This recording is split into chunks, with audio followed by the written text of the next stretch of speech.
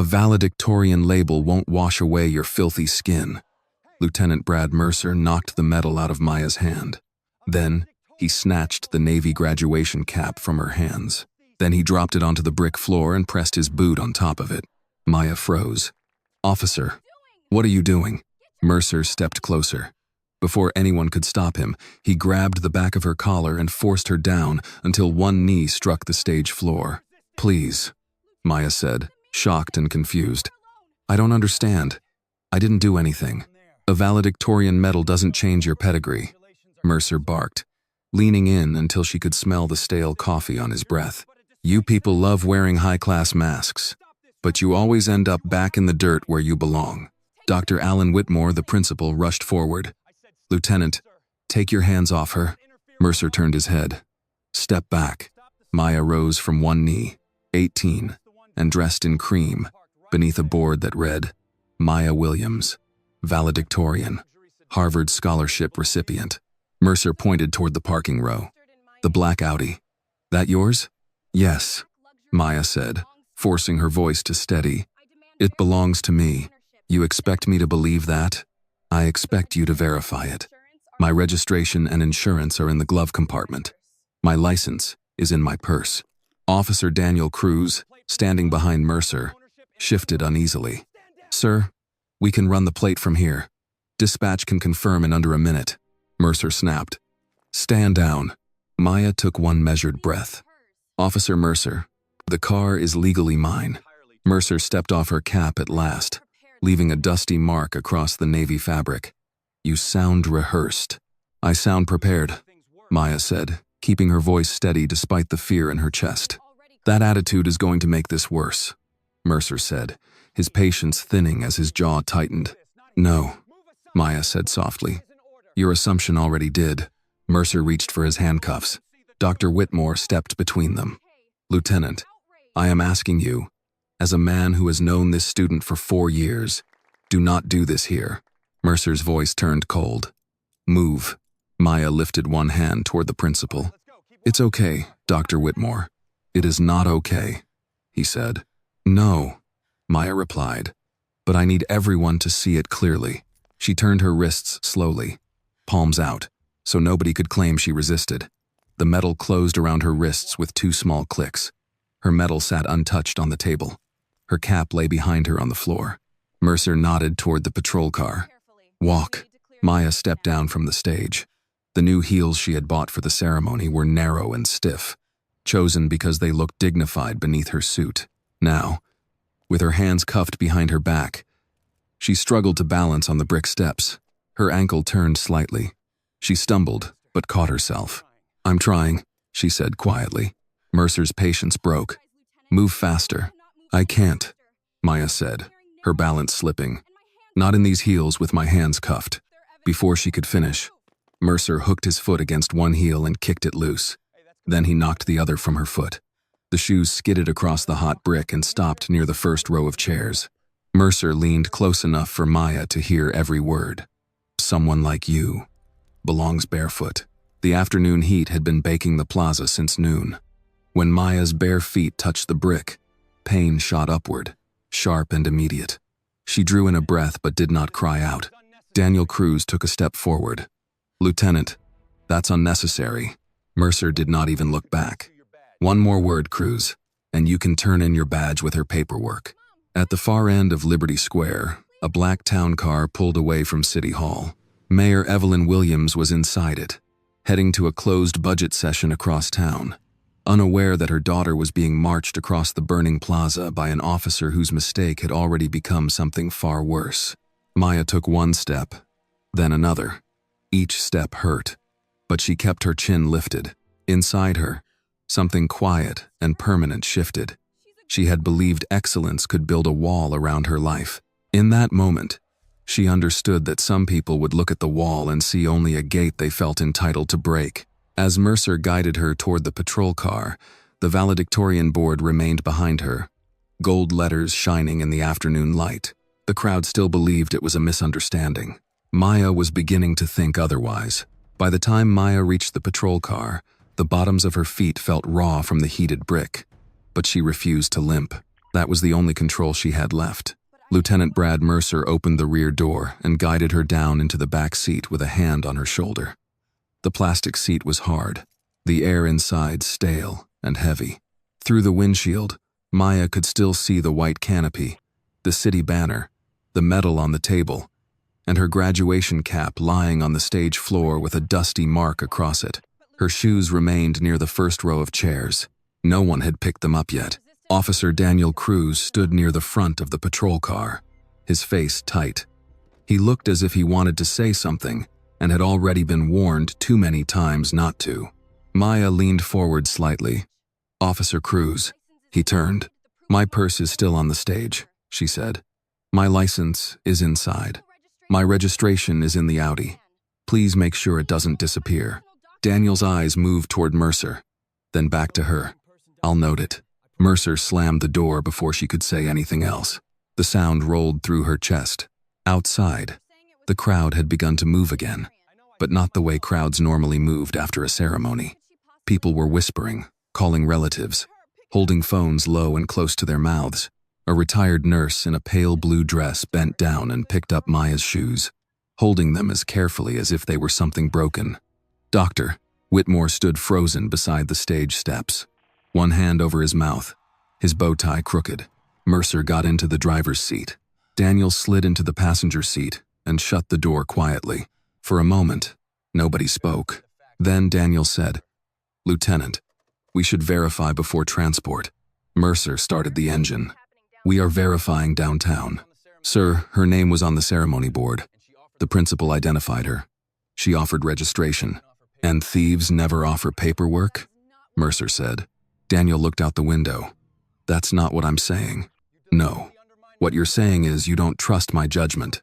Maya listened from behind the partition. The cuffs pressed against her wrists each time the car turned. She tried to keep her breathing even, the way her mother had taught her years ago when public pressure felt like a hand around the throat. Breathe first, think second, speak last. The patrol car pulled away from Liberty Square. As they passed the front of City Hall, Maya saw a black town car turning onto Peachtree Connector. She recognized the vehicle instantly. Her mother's city car. For half a second, hope rose in her chest. Then the town car continued away from the plaza. Maya closed her eyes. 10 minutes, she thought. She missed me by 10 minutes. At the police tent, Mercer had not known who she was. That much was becoming clear. He had not come after the mayor's daughter. He had come after a young black woman in a good suit beside an expensive car. The rest had been filled in by his imagination. That made it worse in a way Maya could not yet explain. If he had known who her mother was, perhaps he would have been careful.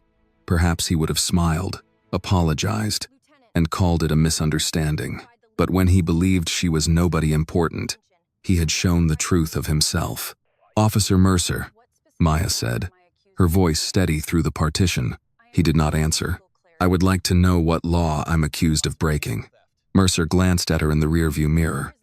"Possible vehicle theft. The car is registered to me. We'll see. You could have seen at the plaza." Mercer's jaw flexed. "You like talking, don't you?" "I like accuracy."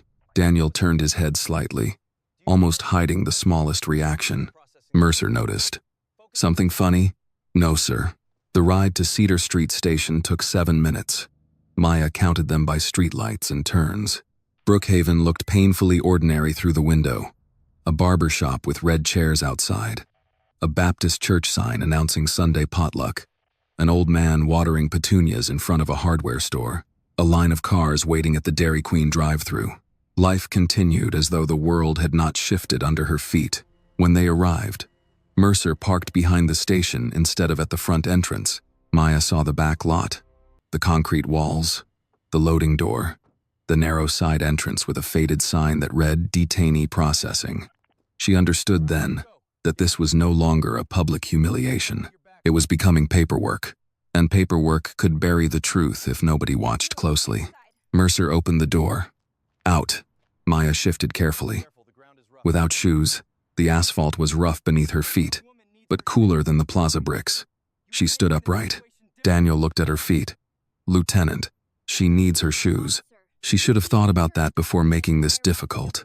Maya looked directly at Daniel. Please document that I arrived without them. Mercer turned. You giving my officer instructions now? No, Maya said. I'm making sure the record begins where the truth begins.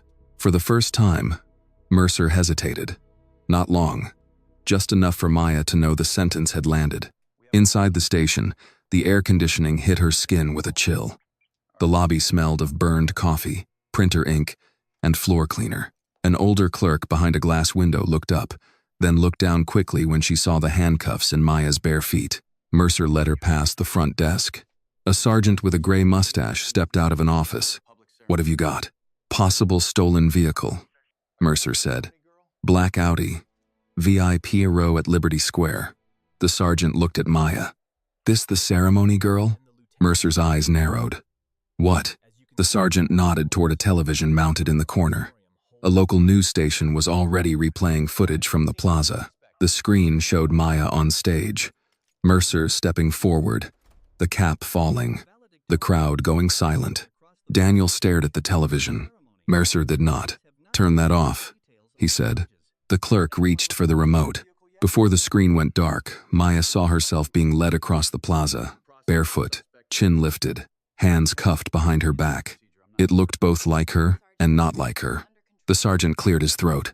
Did we run the plate? We're processing first, Mercer said. The sergeant paused. Brad, it's under control. Maya spoke before she could stop herself. No, it isn't. Every person in the hallway looked at her. She swallowed once, then continued. My name is Maya Williams. I am 18 years old. The Audi is legally mine. I offered my license, registration, insurance, and proof of purchase at the scene.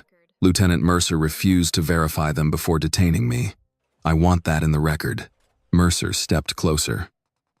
You don't get to decide what goes in the record. Maya met his eyes.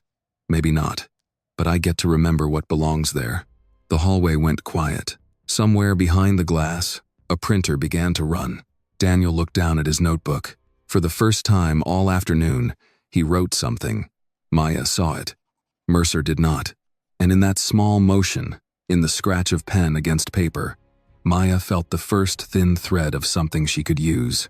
If you feel for Maya in this moment, please give this video a like and tell us in the comments where you're watching from today, because someone near you might be watching this same story right now. Don't forget to subscribe for more powerful stories about courage, justice, and truth. The pen in Officer Daniel Cruz's hand moved only for a few seconds, but Maya heard every stroke as if the hallway had been built to carry that sound. Mercer noticed too late. What are you writing? He asked. Daniel closed the notebook, not quickly, not guiltily. Processing notes. Mercer stared at him. You write what I tell you to write. With respect, Lieutenant, I write what I observe.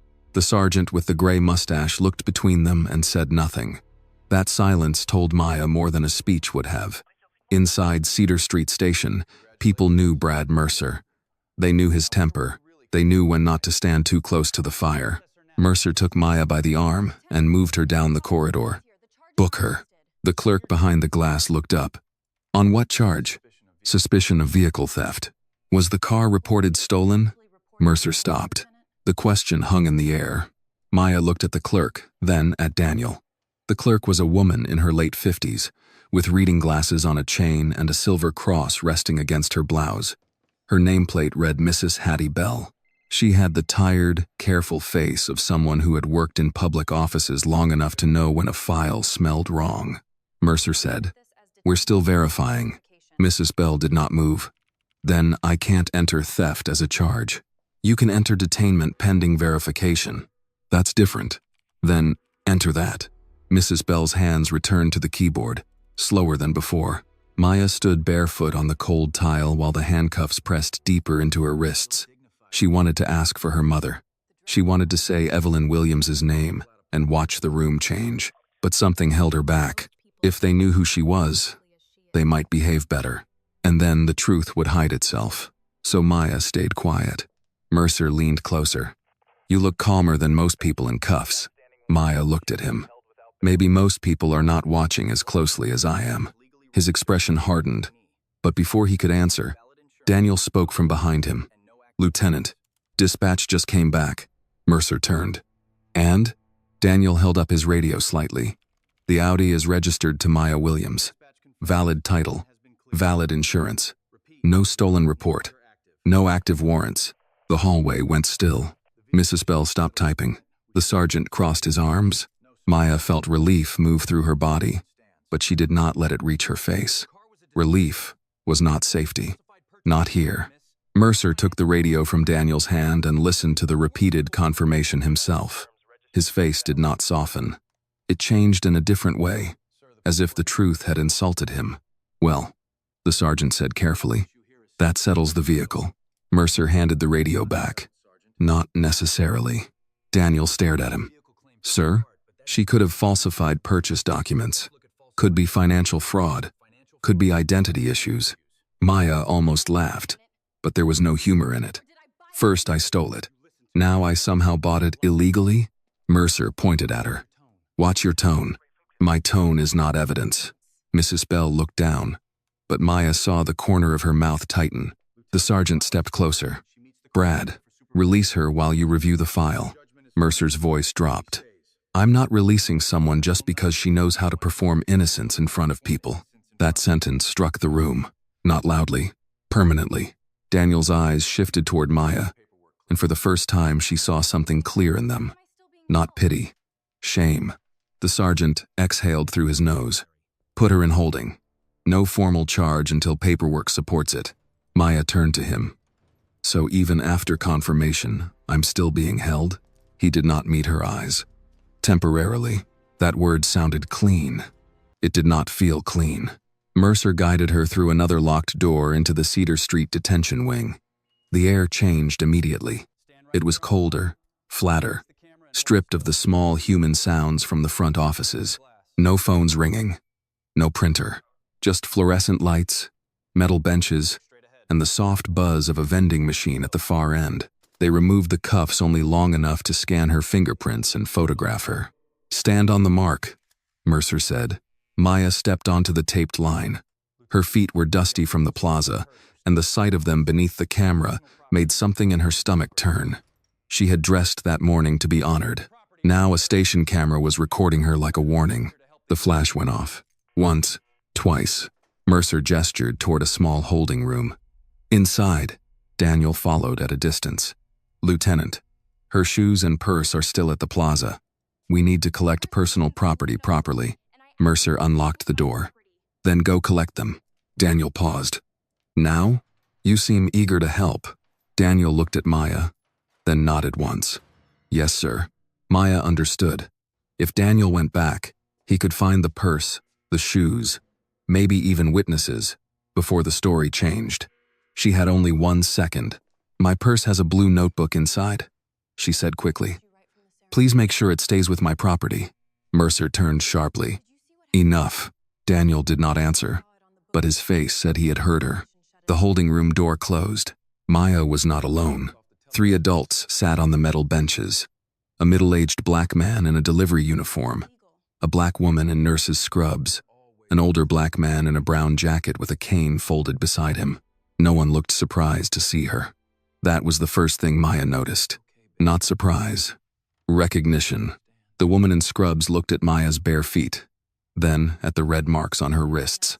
They got you at the ceremony. Maya sat slowly. You saw it? Everybody saw it. TV and booking was on before they shut it off. The delivery man shook his head. They always shut it off when it starts telling on them. Maya looked toward the door. My car was legal. The older man gave a tired smile. Baby, legal ain't always the same as believed. Maya did not respond. The word baby should have bothered her. It did not. Coming from him, it sounded less like diminishment and more like grief. The woman in scrubs introduced herself as Denise Carter. She had been stopped after leaving a double shift because someone reported a suspicious woman near a medical office. The delivery man was Marcus Hill. He had been accused of stealing packages from his own truck. The older man was Samuel Price, retired from the county records office. He had come to ask about an old complaint and somehow ended up accused of trespassing. They spoke quietly, not dramatically. That made it worse. Denise said, "They ask questions until you get tired. Then they write down the tired part. Marcus said, "They told me if I admitted one package was missing, I could go home. I said I wouldn't confess to stealing from my own route." Samuel tapped one finger against his folded cane. "Some folks here have money behind them. Some folks have names behind them. When their sons get in trouble, somebody else suddenly looks convenient." Maya looked up. "What do you mean?" Samuel studied her for a moment. "I mean, Brookhaven has a habit of putting clean shirts on dirty stories." The words settled over Maya. Outside the room, a door opened and closed. Somewhere down the hall, Mercer's voice rose, then faded. Maya sat with her hands in her lap, feeling the sting in her feet, the ache in her wrists, the weight of every eye that had watched her cross Liberty Square. She had entered that plaza believing the worst thing that could happen was public humiliation. Now she understood humiliation had been only the doorway. She looked at Samuel. "You said you worked in records? For 32 years. Do you remember names?" His eyes sharpened. "Most of them." Maya leaned back against the wall. Fear was still inside her. So was anger. But beneath both, something steadier began to form. She entered the station as a detainee. She was leaving it as an investigator. Samuel Price did not speak again right away. He watched Maya with the careful eyes of a man who had spent a lifetime reading files, faces, and the spaces people tried to hide between them. "You really want to know?" he asked. Maya sat on the metal bench, her feet tucked beneath her as much as the cold floor allowed. "Yes." Denise Carter folded her arms across her scrub top. "Careful, Mr. Price. She's already had enough for one day." Samuel nodded. "That's usually when truth starts making sense." Maya looked toward the holding room door. The small square window showed only a slice of hallway, pale tile, and the shadow of passing uniforms. Somewhere outside, phones rang and printers hummed. Life in the station had continued, turning her humiliation into forms, numbers, and quiet decisions made by people who did not have to feel the consequences. "I don't want trouble for anyone," Maya said. Marcus Hill gave a low, humorless laugh. "Trouble? Already found you." The words were not cruel. They were honest. Samuel leaned forward, resting both hands on top of his folded cane. "I worked county records 32 years. Property records, citations, civil claims, old complaints, transfer notices. People think records are boring. They're not. Records are memory, with a stamp on it." Maya listened. "There were names that came back too often," Samuel said. "Mercer was one. Gaines was another." "Chief Howard Gaines?" Maya asked. Samuel's eyes narrowed slightly. "You know that name?" "Everyone in Brookhaven knows that name. Not the way the files know it." Denise glanced toward the door. "Say it lower." Samuel lowered his voice, but not his certainty. Complaints would come in. Traffic stops. Searches. Missing evidence. Bad arrests. Most were marked insufficient evidence. Some disappeared into administrative review and never came back out. Maya felt the first thread tighten. Who handled those reviews? Samuel did not answer immediately. Then he said, "Internal affairs under Gaines before he became chief. Later, people loyal to him." Marcus leaned back against the wall. "That sounds familiar." Maya turned to him.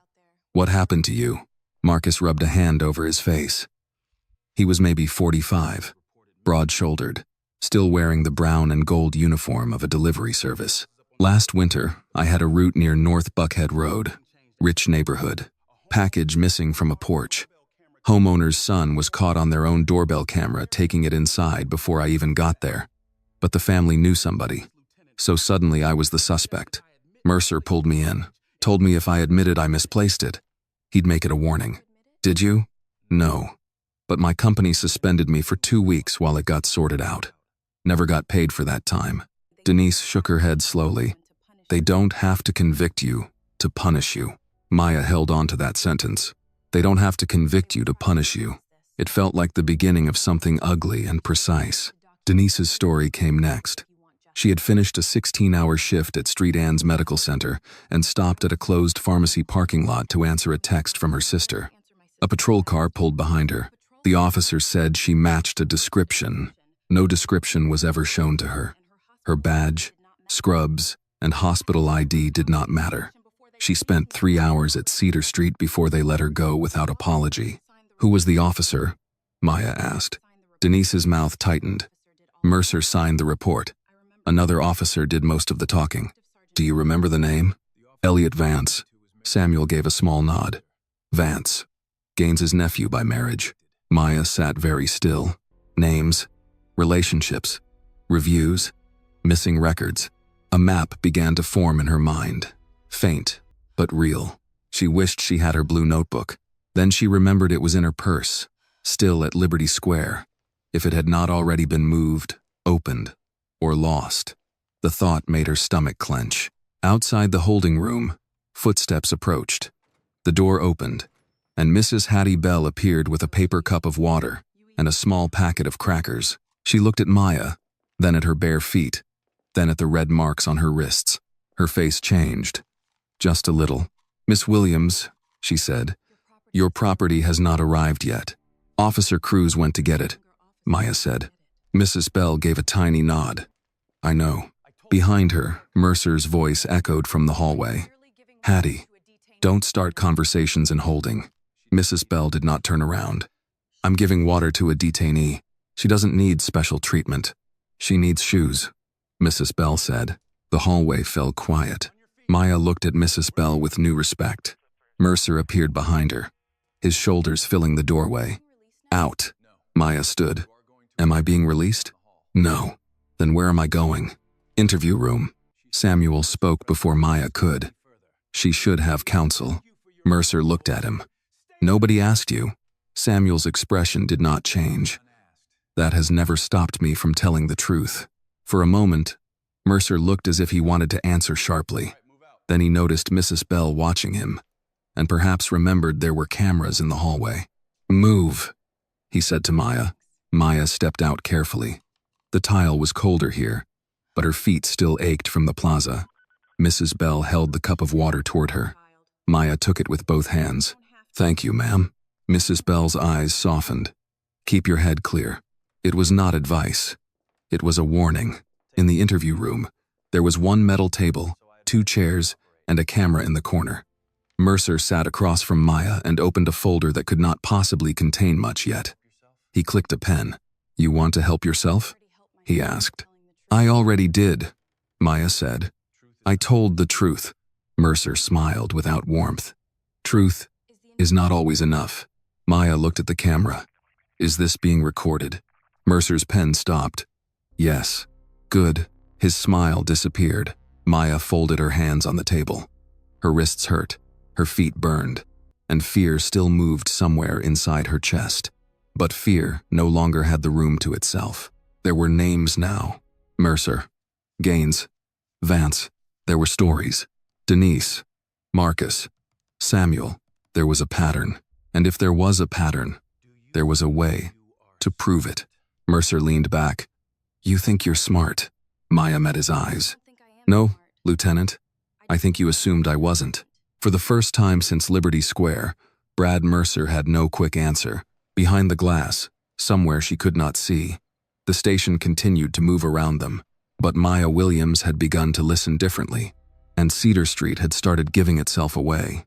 Evelyn Williams arrived at Liberty Square 12 minutes after the patrol car left. That was the number she would remember later. 12 minutes. Not an hour. Not half a day. Just 12 ordinary minutes. The length of a short meeting. A slow coffee order. A traffic light that refused to change. 12 minutes was enough time for a ceremony to collapse. For a daughter to disappear from a stage. And for a whole city to pretend it had not known what to do. Her black town car stopped near the curb beside the plaza. Evelyn stepped out in a charcoal suit, her hair pinned neatly, her face calm in the way public women learn to keep calm before they know what they are walking into. At first, she saw the crowd. Then she saw the silence. People were not leaving. They were standing in small clusters, whispering. Some looked at her, and then looked away.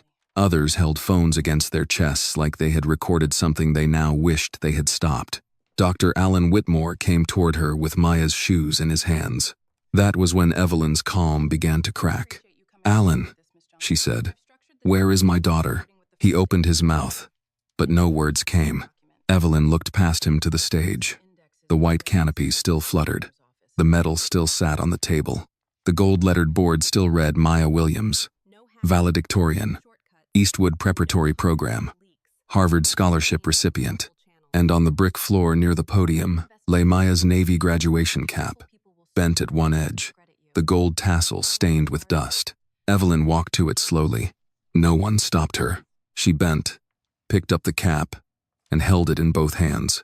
For a moment, she was not the mayor of Brookhaven. She was just a mother staring at something that should have been placed proudly on her daughter's head. "What happened?" she asked. Her voice was not loud. That made it worse. Dr. Whitmore swallowed. "Lieutenant Mercer took her." "Took her where?" "Cedar Street Station." "Why?" "He claimed it was a vehicle theft investigation," Maya explained. I explained. Officer Cruz tried to get him to verify the registration, but Mercer refused. His voice broke slightly. "Evelyn, I'm sorry. I tried." She looked at the shoes in his hands.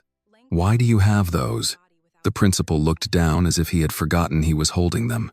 She was made to walk without them. The plaza seemed to tilt.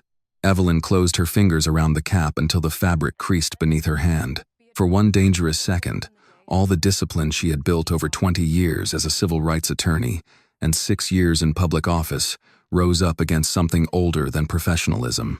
Then she breathed once, slowly. "Who recorded it?" Almost every hand in the front rows moved. Evelyn nodded. "Do not delete anything. Send copies to my office and to Judge Reed." A woman near the aisle stepped forward. She was in her late 60s, elegant, in a pale linen suit, with silver hair and the steady eyes of someone who had spent a lifetime making rooms tell the truth. Judge Naomi Reed did not hurry when she walked. She never had to. "I already called your legal aid," Naomi said, "and I told them to preserve every public camera around this plaza." Evelyn turned to her. "You saw it?" "I saw enough." "Did they know who she was?" Naomi's expression tightened. "I do not believe so." Evelyn looked back toward the stage. "So this was not retaliation?" "No," Naomi said. "It was reflex." That word landed harder than accusation. Reflex meant habit. Reflex meant training by repetition. Reflex meant a hand moved before the mind felt shame. Evelyn looked at the crowd again. Older black men with their hats in their hands. Women from church standing shoulder to shoulder. A retired school secretary wiping her eyes with a tissue. A white couple near the fountain looking stunned in the helpless way of people who had just realized that decency in private did not stop cruelty in public. "Madam Mayor," a reporter called carefully. "Do you have a statement?" Evelyn turned toward the cameras. Every instinct in her political body knew what to say. "We are gathering facts. We ask for patience. We trust the process." She had heard those sentences after every public harm, every official embarrassment, every institutional failure that wanted time to become fog. But this was Maya, and it was also bigger than Maya. "My daughter was taken from this ceremony before I arrived," Evelyn said. "I do not yet have every fact. I will not pretend I do. But I know this. No person in this city should be humiliated first and verified later." The cameras moved closer. She held up the damaged cap. This was supposed to be a day of honor. Now it is a test of whether Brookhaven still understands the meaning of that word. She lowered the cap. "I am going to Cedar Street Station. Every recording from this plaza is to be preserved. Every officer report is to be secured. And if anyone in city government thinks this will be handled quietly, they have misunderstood both my office and my daughter." She stepped away before anyone could ask another question. Naomi walked beside her toward the town car. Inside the vehicle, the air was cool, but Evelyn did not remove her jacket. She placed Maya's cap on her lap and stared at the dusty print across the fabric. Naomi sat beside her. "You need to be careful." Evelyn gave a faint, bitter smile. "That is what people always say when they mean quiet." "No," Naomi said. "I mean careful. Quiet is how places like Cedar Street survive." Evelyn turned to her. Naomi continued. "Brad Mercer is not the whole problem. I have heard his name before. So have you." Evelyn's face changed. For months, her office had been reviewing sealed complaints against the Brookhaven Police Department. Traffic stops that made no sense. Missing body camera footage. Internal reviews that ended with no findings. The same names appearing again, then vanishing into clean language. Mercer, Vance, Gaines. Evelyn had believed she had time to build the case properly. Now her daughter was inside the building she had been investigating. "My God," Evelyn whispered. Naomi's voice softened. "Maya may have walked into the center of what you were circling." The town car pulled away from Liberty Square. Outside, Brookhaven looked the same as it always had. The bakery sign turned in the breeze. Men sat outside Magnolia Cafe with coffee in white mugs. A church bell rang somewhere in the distance. The ordinary world had not paused for Evelyn's fear. She touched the bent edge of Maya's cap. "When she was little," Evelyn said quietly, "she used to ask why I kept old case files in boxes under the stairs. I told her they were stories about people who needed someone to listen." Naomi looked at her. "And now?" Evelyn's eyes lifted toward the road ahead. "Now, I need to listen to my own daughter." Her phone rang. The screen showed City Attorney Paul Reeves. Evelyn answered. "Tell Cedar Street. I'm on my way." There was a pause. Then Reeves said, "Madam Mayor, Chief Gaines is already there." Evelyn's hand tightened around the phone. Naomi heard the name and closed her eyes for half a second. Evelyn looked through the windshield toward the direction of the station. This was no longer a misunderstanding. It was a pattern. Maya did not know her mother was on the way. Inside the interview room at Cedar Street Station, she knew only the table, the camera in the corner, the ache in her wrists, and Lieutenant Brad Mercer sitting across from her as if the truth were something he could outwait. He tapped his pen against the folder. "Let's go over this again." "We already did. We'll do it until I'm satisfied." Maya looked at the red light on the camera. Then, "I want my full statement recorded." Mercer smiled. "You don't run the room." "No," she said, "but the room is recording." His smile faded. For several seconds, neither of them spoke. Beyond the door, she heard muffled voices, a ringing phone, the distant buzz of the vending machine near Holding. She thought of Denise Carter, Marcus Hill, and Samuel Price sitting on the metal bench, each carrying a story that sounded separate until the names began to repeat. Mercer, Vance, Gaines. Maya kept those names in order inside her head. Mercer leaned forward. "Where did the money come from?" "My car?" "Yes, your car. I told you. Scholarships, paid research work, tutoring, academic consulting, speaking stipends, and savings. At 18? At 18. You expect people to believe that?" Maya held his eyes. "I expect records to prove it." He opened the folder, though she could tell there was little inside. "Convenient." "No." "Documented." Mercer's jaw tightened. "You know, most people in your position try to be humble." "My position?" Maya asked. "Barefoot in a police station after being detained without cause?" He pushed back from the table. "Careful." Maya felt fear move in her chest, but she did not let it drive. Fear could warn her. It could not speak for her. "I want to call an attorney," she said. Mercer looked toward the camera, then back at her. "You're not under formal arrest." "Then release me. We're still reviewing." "Then I want counsel while you review." For the first time, he seemed unsure which door he wanted to close. A knock came before he answered. Mrs. Hattie Bell opened the door halfway. "Lieutenant, Chief Gaines wants you in his office." Mercer stood. "Now?" That's what he said. Maya watched the smallest flash of irritation cross his face. Then he collected the folder and pointed at her. "Stay put." Maya almost smiled. "Where would I go?" He left without answering. Mrs. Bell remained in the doorway for one heartbeat longer than necessary. Her eyes moved to Maya's bare feet. "Officer Cruz returned with your property." Maya sat straighter. "My purse?" "At intake." "My blue notebook?" Mrs. Bell's mouth barely moved. Still inside, Maya understood what the woman was giving her. Not comfort, not rescue, but confirmation. "Thank you, Mrs. Bell." The door closed. Maya looked at the camera again. She did not know whether anyone was watching live, but she spoke anyway, softly and clearly. "For the record, I requested counsel." Lieutenant Mercer left the room before responding. It was not much, but records mattered. When Mercer returned 10 minutes later, He was not alone. Chief Howard Gaines entered first, broad-shouldered, silver-haired. His uniform pressed so sharply it seemed more political than practical. He had the polished manner of a man used to cameras and church breakfasts and city council handshakes. "Maya Williams," he said, sitting across from her. "I'm Chief Gaines. I know who you are. I imagine you're upset. I imagine you would be too." His eyes narrowed slightly, then softened again into public concern. What happened at Liberty Square was unfortunate. Maya let the word sit there. Unfortunate. Not wrong. Not unlawful. Not cruel. Just unfortunate. Like rain during a parade. Chief Gaines folded his hands. Lieutenant Mercer acted on a report concerning a suspicious vehicle. "A rumor," Maya said. "A report. A rumor about a young black woman in a car someone didn't think she should own." Mercer shifted beside the wall. Gaines did not. "We are reviewing all facts," the chief said. "But you can help lower the temperature." Maya looked at him. "How?" "Make a statement saying emotions ran high.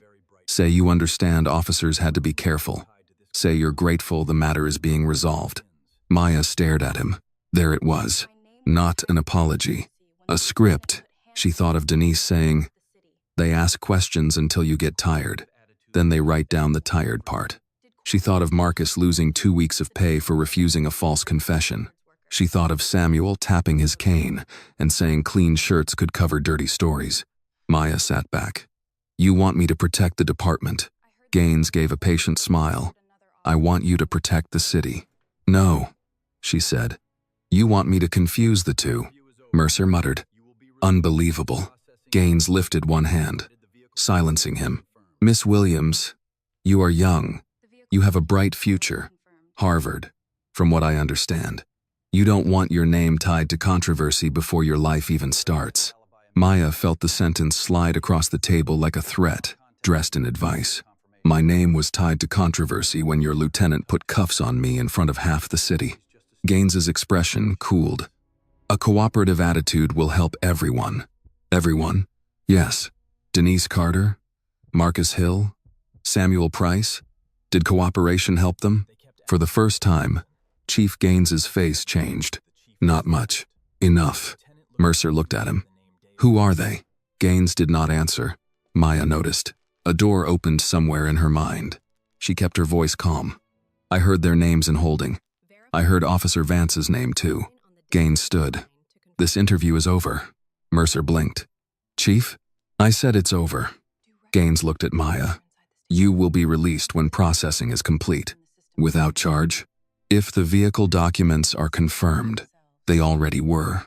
His silence confirmed more than denial would have. Gaines turned toward the door. "Lieutenant." Mercer followed him out. This time, the door did not close all the way. Through the narrow gap, Maya heard Gaines's low voice in the hall. "Find out who she talked to in holding," Mercer said. "She's just a student." Gaines replied, "No. She listens." The footsteps moved away. Maya sat very still. Her heart was beating hard, but her thoughts were clear. She had names. She had reactions. She had seen which names made the chief retreat and which ones Mercer did not recognize. That meant the pattern was older than Mercer. It meant there were layers. When Mrs. Bell came 15 minutes later with Maya's purse sealed in a plastic property bag, Maya saw the blue notebook inside and felt something stronger than relief. Mrs. Bell placed the bag on the table. "Inventory confirmation. Sign here." Maya signed. Then, while the older woman checked the hallway, Maya whispered, "Mrs. Bell, do records ever disappear here?" Mrs. Bell did not look at her. "Records don't disappear by themselves." Then she left.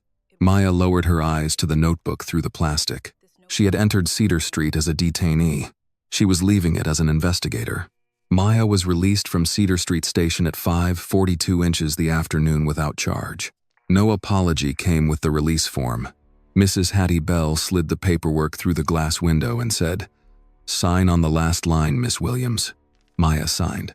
Her hands were steady, though the red marks around her wrists had darkened.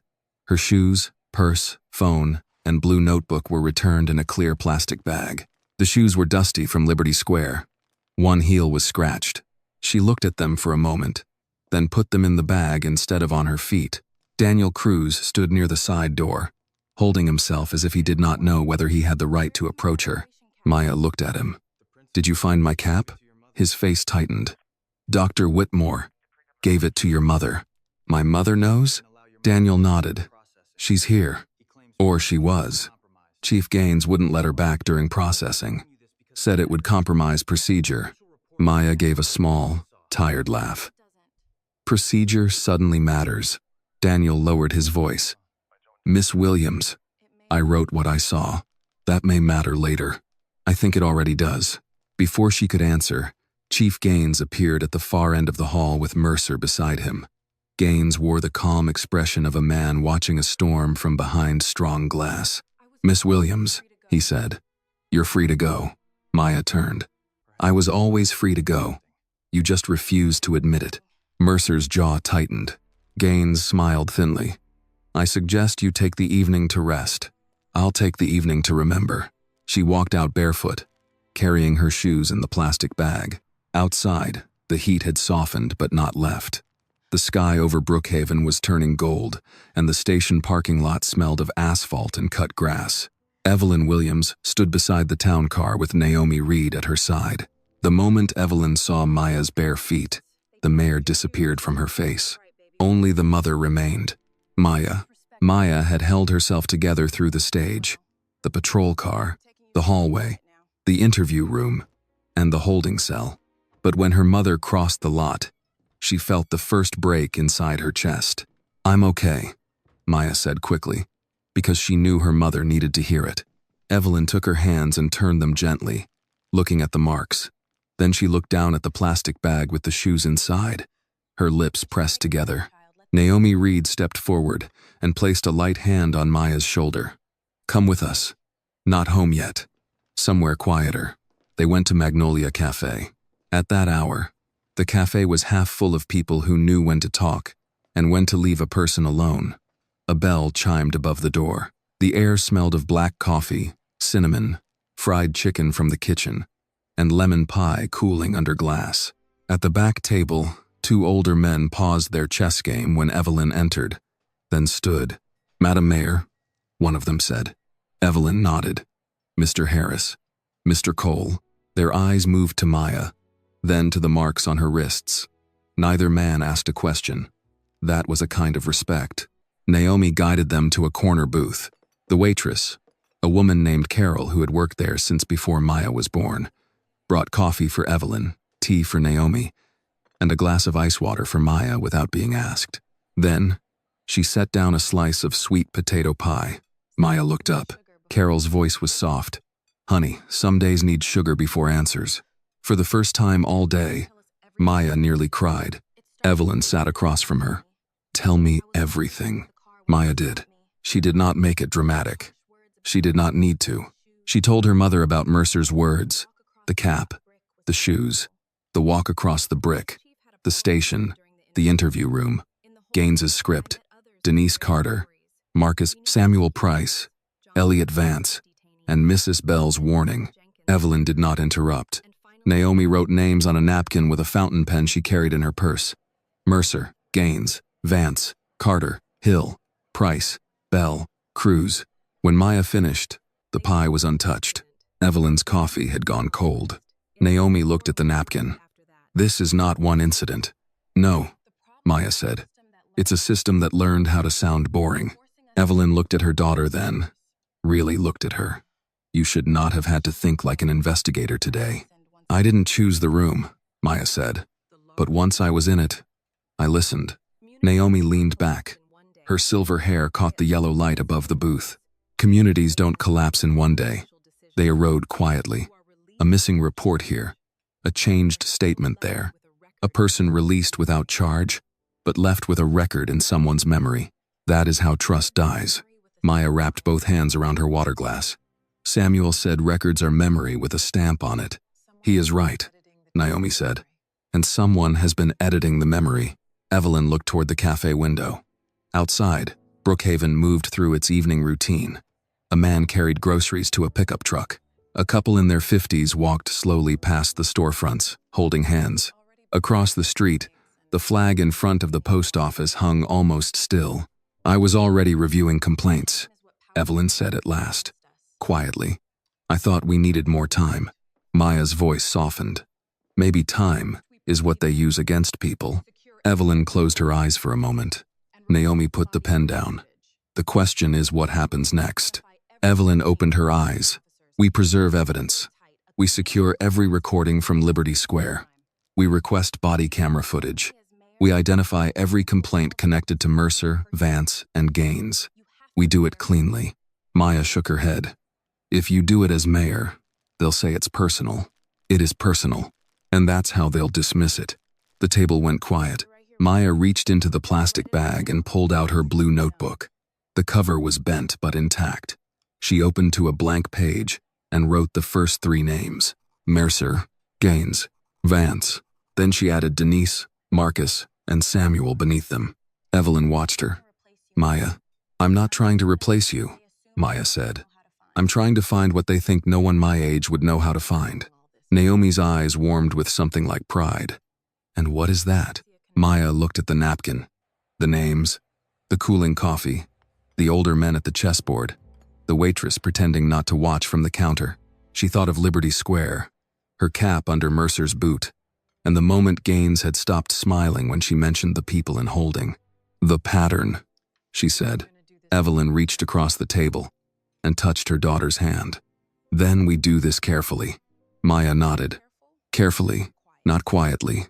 At the chess table, Mr. Harris moved a bishop and said without looking over, "That's the difference, isn't it?" No one laughed, but something in the booth changed. Fear was still there. So was anger. But now the fear had chairs around it, witnesses beside it, and names written in blue ink. Meanwhile, Maya had already started building her own map. Maya did not go home after Magnolia Cafe. Evelyn wanted her to. Naomi wanted her to at least consider it. Even Carol, the waitress, came by the booth with a fresh glass of water and said, "Baby, no truth runs away just because you sleep one night." Maya thanked her, but she kept the blue notebook open. "I can rest when I understand what I'm looking at," she said. Evelyn studied her daughter across the booth. "You are looking at powerful people protecting themselves." "No," Maya said quietly. "I'm looking at people who got comfortable because nobody connected their names." Naomi smiled faintly at that. "That is a dangerous sentence. It feels like a useful one." They moved from the cafe to Evelyn's private office at City Hall just after sunset. Not the mayor's main office with flags and framed photographs, but the smaller back room behind the records corridor, where old campaign boxes, spare chairs, and forgotten holiday decorations lived. Evelyn chose it because it had no glass walls, and only one door. Maya sat at the round table, still barefoot, now wrapped in a soft gray cardigan Naomi had pulled from the back seat of her car. Her shoes sat untouched in the corner. The blue notebook lay open in front of her. Naomi placed photocopies of public complaint summaries on the table. "These are not full files, just the indexes your mother's office already had access to." Evelyn set down a legal pad. "No hacking, no shortcuts, no leaked confidential material unless it comes through lawful channels." Maya looked up. "I know. I'm saying it because the moment this becomes real, they will look for any way to discredit you. They already started." Evelyn's face tightened, but she said nothing. Maya began with names. Brad Mercer appeared in 6 complaint summaries over 5 years. Traffic stops, vehicle searches, public misconduct. Every one marked unresolved or insufficient evidence. Elliot Vance appeared in 4. 2 overlapped with Mercer. Chief Howard Gaines did not appear as the accused officer, but his signature appeared in review notes before he became chief, and later his initials appeared beside final closure approvals. Maya drew lines between them. Mercer to Vance, Vance to Gaines, Gaines to Internal Affairs. Denise Carter's complaint was not in the stack. Marcus Hill's was not there either. Samuel Price appeared only once, listed as Disruptive Citizen Inquiry. Maya circled that phrase 3 times. Naomi leaned over her shoulder. "What do you see?" "They changed the shape of the complaints," Maya said. "Denise wasn't a wrongful detention. She probably became a suspicious person call. Marcus wasn't false accusation. He became a delivery dispute. Samuel wasn't a records complaint. He became trespassing. Evelyn looked at the paper. Language can bury a body without touching a shovel. Maya wrote that down. At 8:17 p.m., Daniel Cruz called. Evelyn put him on speaker. His voice was low. "Madam Mayor, Judge Reed, Miss Williams. I don't have much time." Maya sat straighter. "Officer Cruz, did something happen?" Chief Gaines ordered all reports from today routed through his office before filing. Naomi's eyes narrowed. "That is unusual." "It's not illegal by itself," Daniel said. But he also told Mercer to write that Miss Williams became verbally aggressive during verification. Maya let out a slow breath. "I asked why I was being detained." "I know," Daniel said. "That's not what happened." Evelyn's voice remained controlled. "Officer Cruz, are you willing to put that in writing?" A pause. Then Daniel said, "I already did." The room changed. Maya looked at her mother. Daniel continued. "I wrote a supplemental observation report before anyone told me not to. I included the plate result, the registration confirmation, her offer to provide documents, the lack of stolen vehicle report, and the condition she arrived in." "The condition?" Naomi asked. "Barefoot, cuffed, no confirmed charge." Maya closed her eyes for 1 second. Evelyn said, "Where is that report now?" "In the system, but I printed a copy before submitting it." Naomi's voice sharpened. "Do not bring it here yourself. Photograph it, send it to your personal attorney, and place the hard copy somewhere secure. If you come directly to City Hall, they will call it coordination." Daniel exhaled. "Understood." Maya leaned toward the phone. "Officer Cruz?" "Yes, ma'am." "Why are you helping me?" The silence lasted long enough to be honest. "Because I stood there," he said finally. "And I knew it was wrong before anyone told me it was wrong." No one spoke. Then Evelyn said, "That may matter more than you know." After the call ended, Maya added Daniel's name to the page, but she did not connect him to the others.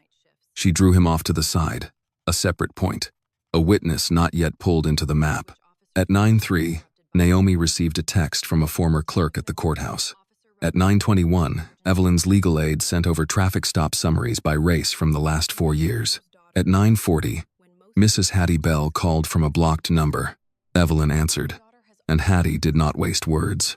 "I don't know what you're doing," Hattie said, "and I don't want to know. But if you're looking at Cedar Street, ask why so many body camera files get marked corrupted after midnight shifts." Naomi picked up her pen.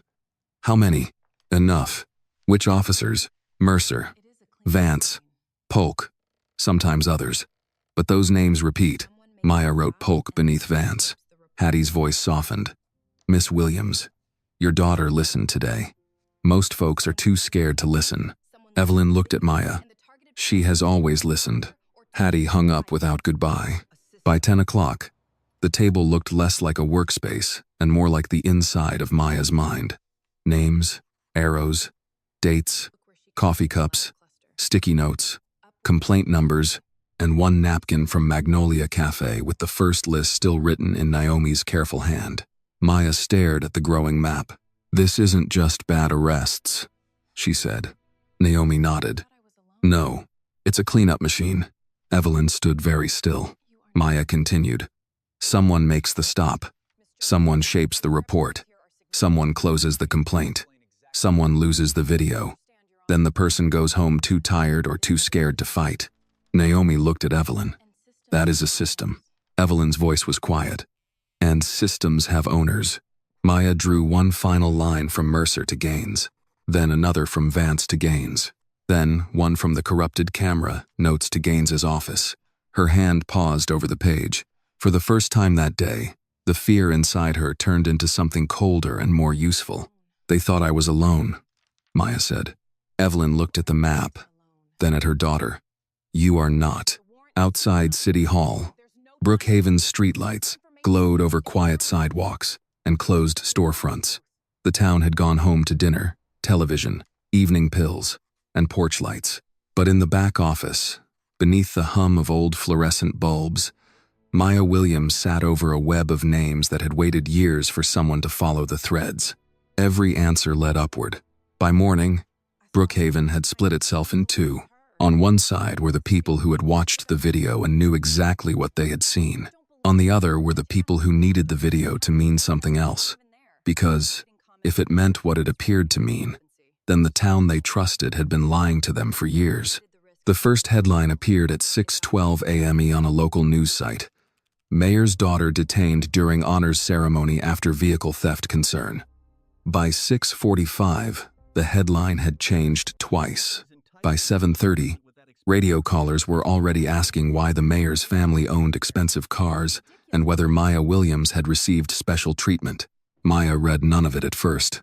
She sat at the kitchen table in her mother's house, wearing thick socks because her feet still hurt. Her blue notebook lay open beside a plate of untouched toast. Evelyn stood at the counter making coffee the old way, with a kettle and a ceramic pour-over, because machines felt too loud after days like this. Naomi Reed sat near the window, reading from her tablet. "They're reframing it," Naomi said. Evelyn did not turn around. "Of course they are."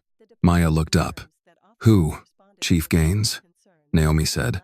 "Or someone close to him." The department just released a statement. She read it aloud, her voice flat. Brookhaven police officers responded to a credible concern regarding a luxury vehicle at a crowded public event. During the encounter, the individual became verbally resistant. The department is reviewing all actions taken and asks the public to avoid rushing to judgment. Maya stared at the toast. Verbally resistant. That was what they called asking for the law to be followed. Evelyn set a mug of coffee in front of Naomi and another for herself. "Did they mention the registration?" "No." "The body camera?" "No." "The shoes?" Naomi looked at her. "No." Maya reached for her notebook. "They're not defending what happened. They're editing what people remember." Evelyn sat across from her. "That is why we move carefully." Maya looked at the map of names she had copied onto 3 pages before sunrise. Mercer, Vance, Polk, Gaines, missing files, closed complaints, corrupted camera footage, people without power, people without headlines, people whose stories had been made small enough to file away. Her phone buzzed.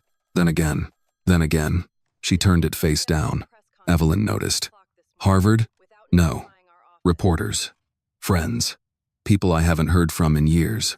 Some asking if I'm okay. Some asking if the car is really mine. One person asked if this was staged to help your re-election." Evelyn's face tightened. "I'm sorry. That's what bothers me," Maya said. "You keep apologizing for things other people did." Before Evelyn could answer, her city phone rang. She checked the screen. City Attorney Paul Reeves. She put it on speaker. "Madam Mayor," Reeves said, "Chief Gaines has scheduled a press conference for 10 o'clock. Evelyn's eyes sharpened. "Without notifying my office? He says it is a department matter." Naomi gave a dry laugh. "How convenient." Reeves continued. "There's more. The police union issued a statement backing Lieutenant Mercer. They're calling for due process and accusing your office of political pressure." Maya leaned back. "Political pressure? They arrested me before they even knew who my mother was." "That fact helps us," Naomi said. "It also proves the problem," Evelyn added. At 10 o'clock, they watched Chief Howard Gaines stand behind a row of microphones outside Cedar Street Station. He wore his dress uniform and his public sorrow face. Mercer was not beside him. That was deliberate. A department could protect a man better by hiding him than by displaying him. Gaines began smoothly. "Yesterday's incident at Liberty Square was regrettable, but officers are required to respond to suspicious circumstances, especially at large public gatherings. Lieutenant Mercer acted based on information available at the time." A reporter called out, "Was the vehicle reported stolen?" Gaines paused half a second too long. "The matter was under investigation." "That's not an answer," Maya said. Another reporter asked, "Why was Miss Williams taken to the station after registration confirmed the car was hers?" Gaines looked directly into the cameras. Again, facts were still being gathered. "I caution everyone against letting emotion outrun process." Evelyn switched off the television. The kitchen became quiet. Maya stared at the blank screen. "He's good," Naomi nodded. "Very. He sounds reasonable." "That is how walls speak," Naomi said. smooth enough that people stopped looking for the bricks. By noon, the wall grew higher. 2 council members called Evelyn and advised restraint. One said the city needed to avoid inflaming tensions. Another asked whether Maya would consider a brief statement, accepting that officers had a difficult job. Evelyn hung up from both calls with the same calm goodbye and the same fury in her eyes. At 1 o'clock, Dr. Whitmore called. His voice sounded older than yesterday. "Maya," he said, "I want you to know the school board is receiving complaints." "About what?" "About the ceremony. About your speech record. About whether Eastwood should stay neutral." Maya almost smiled. "Neutral? About me being handcuffed?" "I'm not neutral," he said quickly. "But institutions get frightened. Frightened institutions do cowardly things." That sentence stayed with her. At 3, Daniel Cruz sent a message through Naomi's secure contact.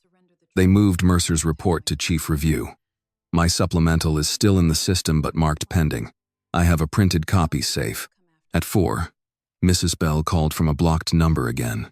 They asked who accessed yesterday's intake notes. Naomi put the phone on speaker. "What did you tell them?" "The truth. That I did. It's my job." "Are you safe at work?" Evelyn asked. Hattie Bell took a breath. "Safe is a big word, Madam Mayor. I am employed." After the call, Maya stood and walked to the window.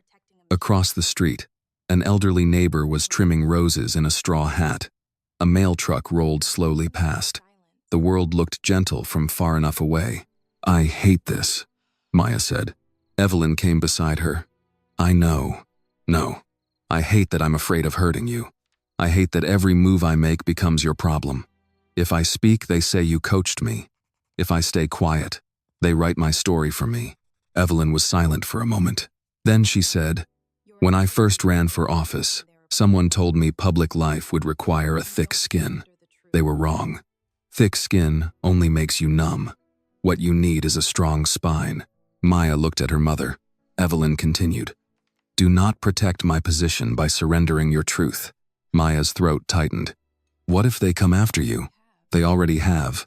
That was the first fully honest thing either of them had said all day. By evening, Maya returned to the notebook. She drew a box around Chief Gaines's name. Then she wrote beside it, "Controls language. Controls reports. Controls delay." Naomi leaned over the table. "What changed?" Maya tapped the page. "Yesterday, Mercer acted like a man making a mistake. Today, Gaines is acting like a man protecting a machine." Evelyn looked at the notebook, then at her daughter. "And what does the machine need?" Maya answered without hesitation. Silence. Outside, the sun dropped behind the old magnolia trees, and Brookhaven's porch lights came on one by one. Fear almost stopped her.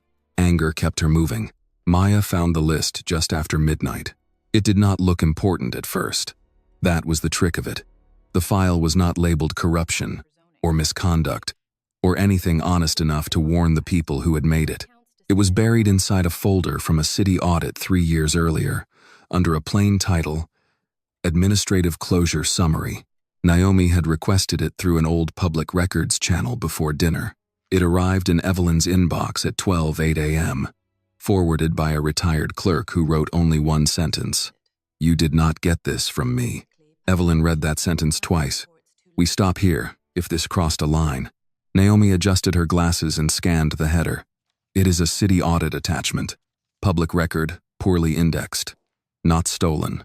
Maya was already awake at the kitchen table, her blue notebook open, a blanket around her shoulders. The house was quiet except for the refrigerator hum and the soft ticking of the wall clock. Outside, Brookhaven slept under porch lights and old trees. But Maya felt as if the whole city were holding its breath. "What is it?" she asked. Evelyn turned the laptop toward her. Closed, internal complaints. 5 years. Maya leaned in. There were names. So many names. Some she knew now. Mercer, Vance, Polk. Others were new. Hartley, Sims, Monroe.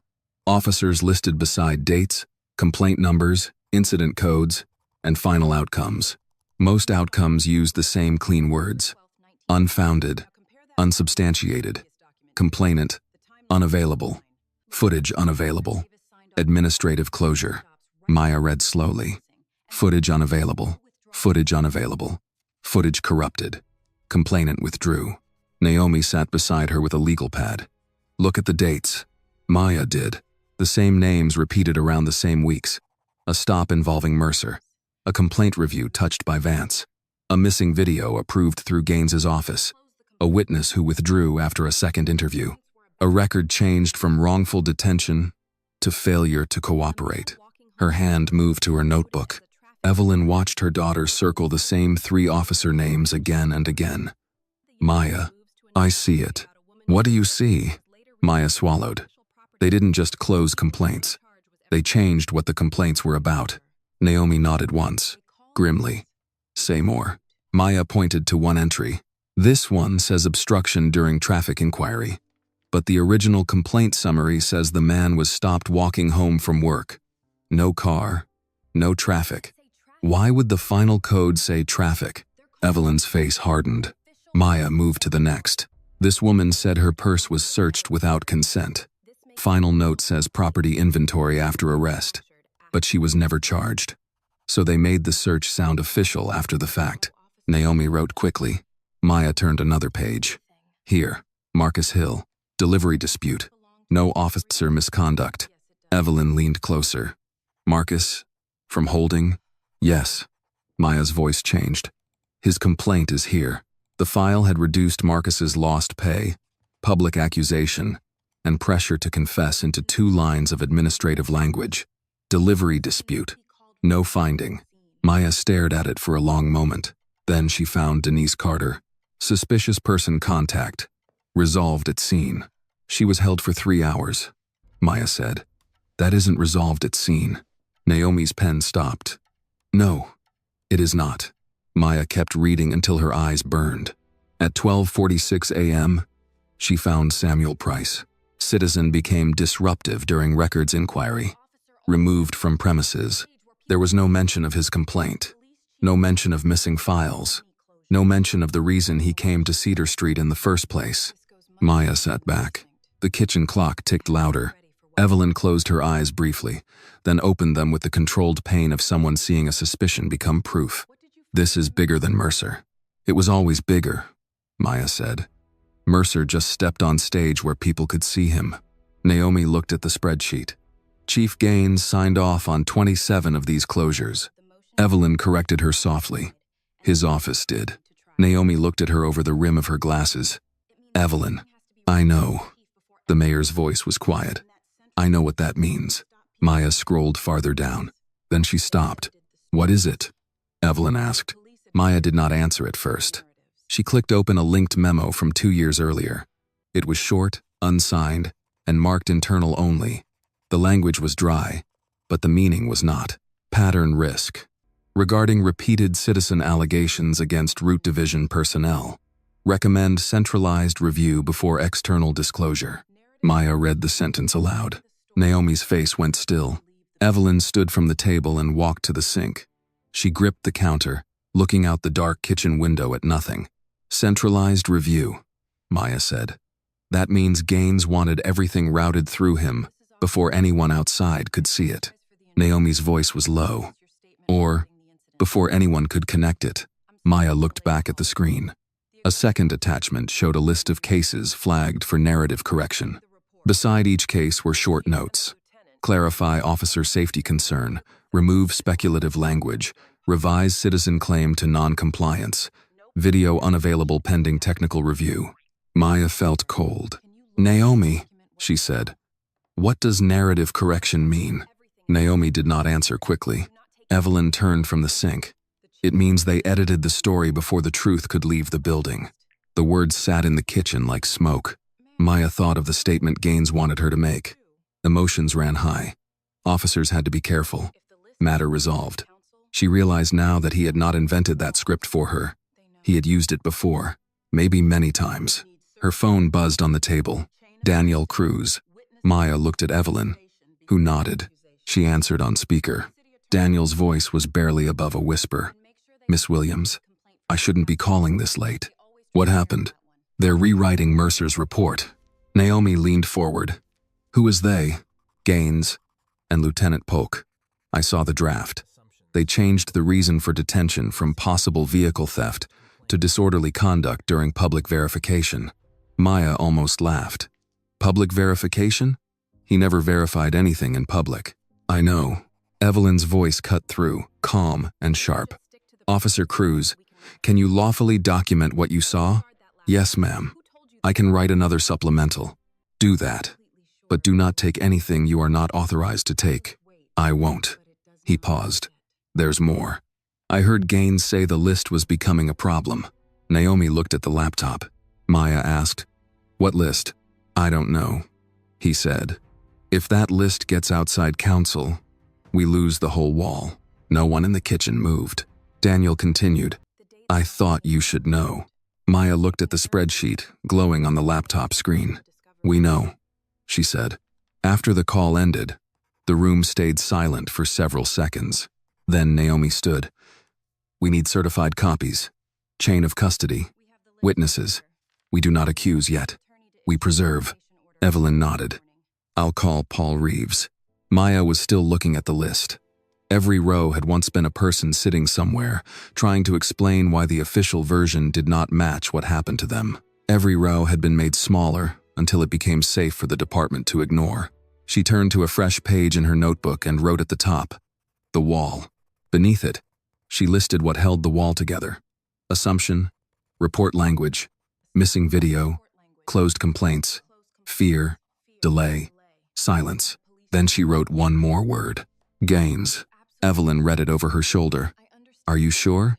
Maya thought of the interview room, the smooth smile, the script, the way his face changed when she said Denise, Marcus, and Samuel. "No," Maya said. "But the list is." Naomi placed one hand gently on Maya's shoulder. Truth has a strange mercy. It waits, but it does not forget. Maya looked at the screen again. The truth was no longer hidden. It was organized. By 8 the next morning, the council chamber at Brookhaven Civic Hall was already full. Not loud. Full. There was a difference. A loud room wanted attention. This room wanted answers. Older residents filled the front rows, the same people who had sat through zoning hearings, school budget fights, stormwater debates, and memorial proclamations. Men in pressed shirts held folded newspapers across their knees. Women in church hats sat with purses clasped in both hands. Veterans wore caps from wars nobody mentioned casually. Reporters lined the side walls with cameras already raised. At the center of it all sat Maya Williams. Her blue notebook closed on the table before her. She wore the same cream suit from Liberty Square, cleaned, pressed, and deliberate. Her shoes were simple black flats now. Her wrists still carried faint red marks. Her graduation cap was not with her. Evelyn had kept it at home, resting on the dining room table like evidence and memory at once. Naomi Reed sat to Maya's right. City Attorney Paul Reeves sat to her left with 3 binders and the exhausted expression of a man who had not slept. Evelyn was not in the room yet. That was intentional. Maya had asked for it. "If she walks in with me," Maya had said that morning, "they'll say this is her fight." Naomi had looked at her carefully. "And whose fight is it?" Maya had answered, "Everyone they made feel alone." So Evelyn waited elsewhere in the building, not hiding, not absent, simply allowing her daughter to stand first. Across the chamber, Lieutenant Brad Mercer sat at the police table beside Chief Howard Gaines and Lieutenant Carla Polk. Mercer's uniform was immaculate. His face looked less certain than his collar. Gaines, however, looked composed. He smiled at council members as though this were a misunderstanding that would soon be professionally managed. Maya watched him. Naomi leaned close. "Remember, do not chase anger. Let the documents walk." Maya nodded. "I know." At 9 sharp, Council Chair Margaret Ellis struck the gavel. She was 63, gray-haired, and known across Brookhaven for stopping long-winded men with one raised eyebrow. "This special hearing is called to order," she said. "We are here to review the Liberty Square incident involving Miss Maya Williams and broader concerns regarding complaint handling within the Brookhaven Police Department." Gaines leaned toward his microphone. "Madam Chair, before we begin, I want to emphasize that the department welcomes review," Naomi whispered. That means he fears it. Chair Ellis looked at Gaines. You will have time, Chief. Gaines sat back. Paul Reeves began with the timeline. Liberty Square, the rumor about the Audi, the absence of a stolen vehicle report, Maya's offer to provide registration, the removal from the ceremony, the transport to Cedar Street, the confirmation that the car legally belonged to her, the continued detention after that confirmation. He did not raise his voice. He did not need to. Each fact landed cleanly. When the video played, the room tightened. No one spoke as the screen showed Maya on the stage. The cap falling, Mercer's boot, the crowd frozen, the walk across the brick plaza. The moment she stumbled, the shoes kicked aside, Maya barefoot, cuffed, and upright beneath the Georgia sun. Someone in the back row whispered, "Lord have mercy." Mercer looked down at the table. Gaines did not. Chair Ellis waited until the video ended. Lieutenant Mercer, did you verify the vehicle was stolen before detaining Miss Williams? Mercer cleared his throat.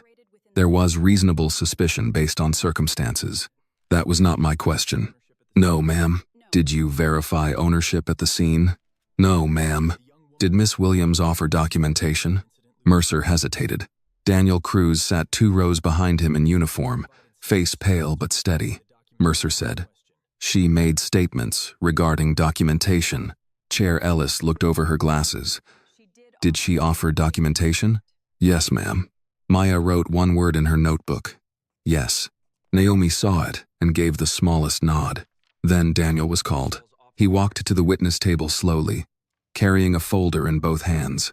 Gaines watched him with a stillness that felt almost colder than anger. Daniel raised his right hand and swore to tell the truth. Paul Reeves asked, "Officer Cruz, did you observe Miss Williams resisting Lieutenant Mercer at Liberty Square?" "No, sir." "Did you advise Lieutenant Mercer that the plate could be checked at the scene?" "Yes, sir." "How did he respond?" "He ordered me to stand down." "Did dispatch later confirm the Audi was legally registered to Miss Williams?" "Yes, sir." "What happened after that?" Daniel glanced once at Maya, then back to the counsel. Lieutenant Mercer continued the detention. A murmur moved through the room. Gaines leaned toward his microphone. "Madam Chair, with respect, Officer Cruz is a junior officer with limited understanding of command judgment." Daniel's jaw tightened. Chair Ellis turned to him. "Chief Gaines, you will not characterize a sworn witness before he has finished answering." Gaines smiled. "Of course," but the smile did not reach his eyes. Paul Reeves placed a document on the screen. "Officer Cruz, is this your supplemental report?" "Yes, sir."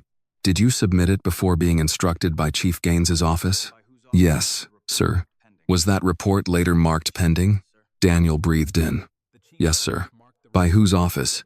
Daniel looked toward Gaines. The whole room followed his gaze. "Chief Gaines's office," Daniel said. For the first time, the wall showed a crack. Naomi opened the first binder. Now came the list. Not all of it. Not yet. Just enough. Reeves displayed 5 cases. Denise Carter, Marcus Hill, Samuel Price, and 2 others. Each case had 2 versions, the citizen complaint summary and the final administrative closure. The differences were plain. Wrongful detention became suspicious contact. Coerced statement became delivery dispute. Missing records, complaint became disruptive citizen inquiry. Councilwoman Ellis leaned forward. "Who approved these closures?" Reeves changed the screen. Gaines's initials appeared beside each final review. The room went completely quiet. Gaines lifted his microphone. Those approvals reflect administrative review, not personal involvement in every detail. Maya finally spoke. Her voice was calm. Then why did every detail change in the same direction? All eyes turned to her. Gaines looked at her as if he had forgotten she could enter the conversation. Maya continued. Every change made the citizen less credible and the officer less responsible. That is not random. Mercer muttered something under his breath. Naomi touched Maya's arm lightly, but Maya did not need stopping. She was not angry in the way they expected. She was precise. Chair Ellis said, "Miss Williams, you will have formal time to speak shortly." Maya nodded. "Yes, ma'am." Gaines adjusted his cuffs. "This is becoming speculative." Naomi opened another folder. "Then let us remain with documents." The next screen showed the internal memo. Pattern risk regarding repeated citizen allegations against Root Division personnel. Recommend centralized review before external disclosure. The chamber seemed to inhale all at once. Chair Ellis read it twice. Chief Gaines, were you aware of this memo? Gaines's mouth opened. Before he could answer, the chamber doors opened. Not loudly, just enough. People turned. Evelyn Williams stepped into the room in a dark blue suit, her mayoral pin on her lapel and Maya's damaged graduation cap held carefully in one hand. Mercer saw her first. Then, Gaines. Then the council. The room rose. Not because anyone ordered it, but because some arrivals change the weight of a place. Maya looked at her mother. Evelyn did not rush to her. She simply walked down the aisle with the cap in her hands. Calm, steady, and impossible to ignore. One person had not arrived yet. Now she had. Evelyn Williams walked down the center aisle of the council chamber, with Maya's damaged graduation cap held in both hands. No one spoke. The cap was not large. It was not expensive. Navy fabric, bent corner, dusty tassel, a faint mark where Mercer's boot had pressed it against the stage floor. Yet in that room, beneath the lights and cameras, it carried more weight than any badge on the police table. Maya watched her mother approach. For one brief second, she wanted to stand, cross the room, and fall into Evelyn's arms. But she stayed seated. This was not the moment for comfort. This was the moment for truth to finish walking into the room. Chair Margaret Ellis cleared her throat. Madam Mayor. Evelyn stopped beside the witness table. Madam Chair. Chief Howard Gaines rose halfway from his seat. Mayor Williams, I wasn't aware you would be joining this portion of the hearing. Evelyn looked at him. That seems to be a recurring problem, Chief. You often appear unaware until the record is already speaking. A low murmur moved through the chamber. Gaines sat back down. Lieutenant Brad Mercer stared at Evelyn, then at Maya, then back again. His face changed in stages. Confusion first, then recognition, then something thin and gray that looked very much like fear. He leaned toward Gaines and whispered, "That's her mother." The microphone in front of him caught enough of it. Everyone heard. The room went still again. Maya lowered her eyes to her notebook and wrote one word. Now. Evelyn placed the graduation cap on the table in front of the council. She did not slam it down. She set it gently, the way one sets down something injured. This belonged on my daughter's head yesterday, she said. Instead, it was stepped on in front of this city. Mercer shifted. Madam Mayor, I did not know. Evelyn turned to him. The chamber felt the turn. You did not know what, Lieutenant? Mercer swallowed. I did not know she was your daughter. Evelyn's voice remained quiet. That is the most honest thing you have said today. Mercer's mouth opened, but nothing came out. Evelyn continued. You did not know she was my daughter. You did not know she had legal ownership of the car. You did not know she had proof in her purse and glove compartment. You did not know because you did not bother to know. Naomi Reed sat very still beside Maya, but her eyes were sharp. Evelyn looked from Mercer to Gaines. And that is exactly why this hearing matters. If Lieutenant Mercer had known who Maya was, perhaps he would have behaved differently. That does not comfort me. It condemns him. A woman in the second row whispered, Amen. Chair Ellis allowed the silence to settle, then said, Madam Mayor, do you wish to give testimony? Yes, Evelyn said. But first, I want the record clear. I am here as mayor of Brookhaven and as Maya Williams's mother. I will not pretend those roles are separate today. The city failed a resident, the department failed a citizen, and a mother arrived 12 minutes too late. Maya's throat tightened. Evelyn did not look at her yet. If she did, the room might see too much. Paul Reeves stood. Madam Chair, with your permission, I'd like to enter into the record the mayor's request, filed last night, for preservation of all police body camera footage, station intake footage, dispatch logs, and internal complaint closure records connected to Root Division officers over the past 5 years. Gaines leaned forward. Madam Chair, that request is overly broad.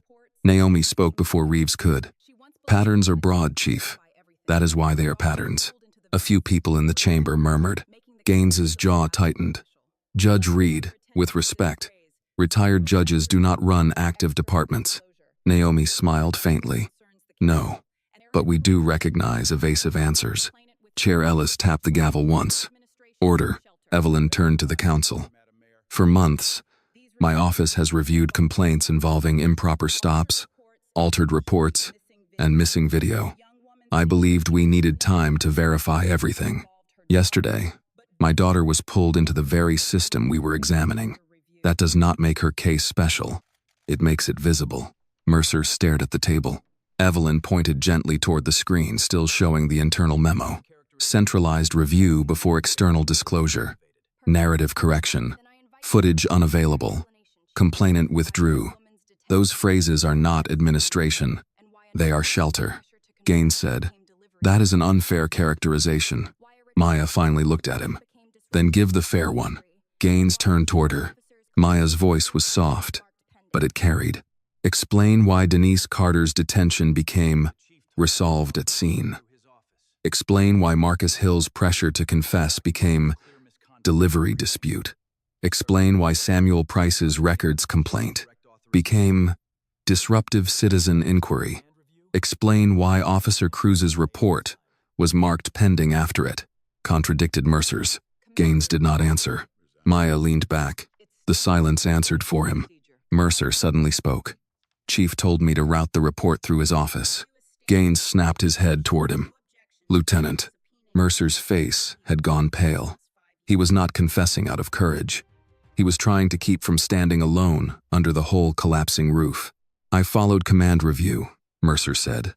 That's all I'm saying. Daniel Cruz, seated behind him, closed his eyes for 1 second. Evelyn looked at Gaines. Command review. Gaines recovered quickly. Standard supervisory procedure. Naomi opened her folder. Then you will have no objection to the council subpoenaing every command review from the last 5 years. Gaines said nothing. Chair Ellis looked down the council table. One by one, the members exchanged glances. Some looked angry. Some looked frightened. All of them looked older than they had that morning. Evelyn finally turned to Maya. For the first time since entering the room, her face softened. I am sorry I was late, she said. Maya shook her head. You're here now. That was all. But everyone heard it. Evelyn turned back to the room. Justice that depends on power was never justice to begin with. My daughter should not have needed my title to be believed. Denise Carter should not have needed a camera. Marcus Hill should not have needed a headline. Samuel Price should not have needed a mayor in the room. The chamber was silent. Evelyn picked up the damaged cap again. This city will not be asked to choose between supporting police and telling the truth. Honest policing can survive truth. Corruption cannot. Mercer looked afraid now. Not angry. Afraid. Because for the first time that day, the room was no longer accepting the story he had brought into it. Chair Ellis leaned into her microphone. The hearing will proceed. All documents referenced will be entered into the record. Chief Gaines, Lieutenant Mercer, Lieutenant Polk, and all Route Division complaint reviews are now subject to council subpoena.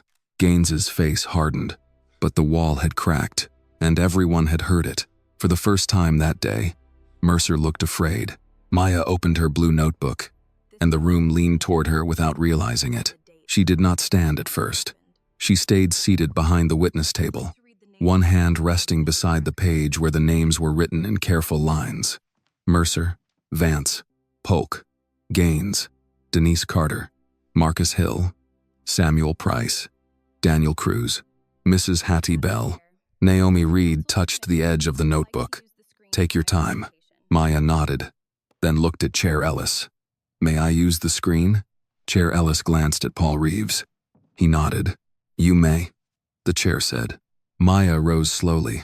Her feet still hurt, but the black flats helped. The chamber was full enough that every movement seemed to have sound. Cameras adjusted. Reporters lifted pens. Chief Gaines sat very still, his hands folded on the table, his face locked in the smooth expression of a man trying to appear insulted instead of cornered. Paul connected Maya's files to the screen. The first image was simple, a timeline. Liberty Square, 2:14 p.m. Rumor reported, 2:18 p.m. Mercer, approaches. Stage, 2:21 p.m. Maya offers documentation. 2:25 p.m. Maya detained. 2:33 p.m. Dispatch confirms legal registration. 2:41 p.m. Maya transported to Cedar Street. 5:42 p.m. Released without charge. Maya faced the council. This is not complicated. The car was not stolen. I was not wanted. I had proof. The proof was ignored. Mercer looked down. Maya clicked to the next slide. 2 columns appeared. On the left, what citizens reported. On the right, what the department recorded. Denise Carter, held after hospital shift without clear cause. Final record. Suspicious person contact. Resolved at scene. Marcus Hill, pressured to admit package theft, despite employer dispute. Final record. Delivery complaint. No officer misconduct. Samuel Price, attempted to file records complaint. Final record. Disruptive citizen inquiry. Maya's voice stayed level. Each person told a story. The department rerouted into something smaller. Councilman Robert Hayes, a retired insurance agent in his late 60s, leaned toward his microphone. Miss Williams, how did you find these people? I met them in holding. A murmur moved through the chamber. Maya continued. That was the first thing Cedar Street gave me. Not paperwork. People. They did not know each other, but their stories had the same shape. Naomi looked at her with quiet approval. Maya clicked again. Now the screen showed a web of names. Mercer connected to 6 complaints. Vance to 4. Polk to review routing. Gaines to final closure approvals and centralized review memos. This is the second thing Cedar Street gave me, Maya said. Names that repeated. Gaines leaned forward. Madam Chair, this is a student's drawing, not an investigation. Maya turned to him. You're right. The room quieted. It started as a student's drawing, she said. Then we matched it with public records, complaint indexes, dispatch notes, Officer Cruz's supplemental report, and the internal memo your office tried to keep buried. Gaines's face hardened. I object to the word buried, Naomi spoke calmly. Then provide a better verb for a document marked internal, excluded from public summaries, and connected to multiple altered complaint categories. Gaines had no better verb. Maya moved to the next slide. The internal memo appeared again. Pattern risk regarding repeated citizen allegations against Route Division personnel. Recommend centralized review before external disclosure. Maya read it aloud, slowly. Pattern risk. Repeated citizen allegations. Centralized review before external disclosure. She looked at the council. That memo was not about officer safety. It was about institutional safety. Lieutenant Polk shifted in her chair. Chair Ellis noticed. Lieutenant Polk, do you wish to clarify your role in these reviews? Polk's mouth opened, then closed. I followed departmental policy. Maya turned a page in her notebook. Who wrote the policy? Polk looked at Gaines. So did everyone else. Gaines lifted his chin. Policy development is collaborative. Evelyn, seated now in the front row, said quietly. That means no one wants their name on it. The microphone did not catch it, but Maya heard. She clicked again. The screen showed 4 body camera entries marked unavailable or corrupted, all attached to complaints involving Route Division officers, all reviewed through Gaines's chain of command. Maya said, I am not saying every officer in Brookhaven is corrupt. I am saying honest officers were placed inside a system where silence was easier than truth. Daniel Cruz stared at the floor. Maya looked toward him. Officer Cruz proved that silence was still a choice. Daniel looked up. She did not smile. This was not a moment for praise. It was a moment for responsibility. Paul Reeves stood and handed copies of Daniel's supplemental report to the council. For the record, Officer Cruz documented that Miss Williams offered registration, did not resist, and was detained after dispatch confirmed lawful ownership. Chair Ellis read the first page. Her expression grew colder with every line. Gaines said, A single junior officer's perception cannot override command judgment. Maya turned back to him. Then, let's talk about judgment. The next slide showed the department's public statement from the morning. Credible concern, verbally resistant, avoid rushing to judgment. Beside it, Maya placed Daniel's report, and the dispatch confirmation time. The public statement left out the confirmed registration, Maya said. It left out that I was barefoot. It left out that I had no charge. It left out that Officer Cruz documented facts contradicting Lieutenant Mercer. That is not a mistake. That is selection, Naomi whispered. Good. Maya heard it, but did not look away from Gaines. You asked me to make a statement yesterday, Maya said to him. You wanted me to say emotions ran high, and officers had to be careful. Gaines's expression remained fixed. You did not ask what happened to me, Maya continued. You asked me to make what happened useful to you. The chamber was silent. Mercer suddenly spoke, his voice strained. I didn't write the public statement. Gaines turned sharply. Lieutenant Mercer. Mercer looked at the counsel. I didn't. I made the stop, yes. But the statement, the report changes, the review language that came from above. The room erupted in murmurs. Chair Ellis struck the gavel. Order. Gaines's voice dropped. Brad, be very careful. Mercer looked at him then, and Maya saw the truth of men like that. Mercer was not brave. He was not redeemed. He was afraid of being left as the only visible villain, while the people who trained and protected him walked away clean. I was told to root it, Mercer said. That's all I'm saying. Naomi leaned into her microphone. By whom? Mercer looked at Gaines. Gaines looked back. No one breathed. Finally, Mercer said, Chief Gaines's office. Maya closed her notebook. She did not need to say more, but she did. This is what I mean by a map, she said. Not one officer. Not one bad afternoon. A route. Rumor becomes suspicion. Suspicion becomes detention. Detention becomes report language. Report language becomes closure.